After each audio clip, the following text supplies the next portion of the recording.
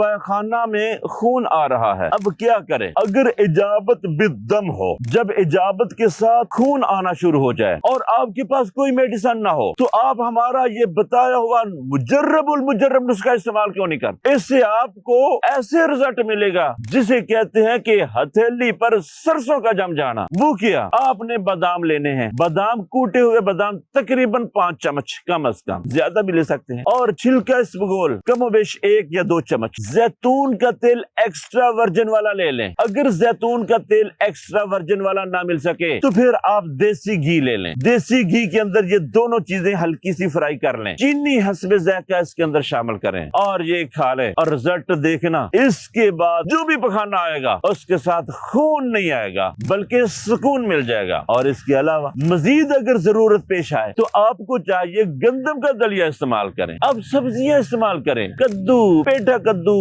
ٹینڈیاں، توریاں، ادرک، ہلدی، کالی مرچ، دیسی گھی ڈال کر یہ استعمال، آپ کو رزلٹ ملے گا، آپ کا یہ مسئلہ حل ہوگا انشاءاللہ۔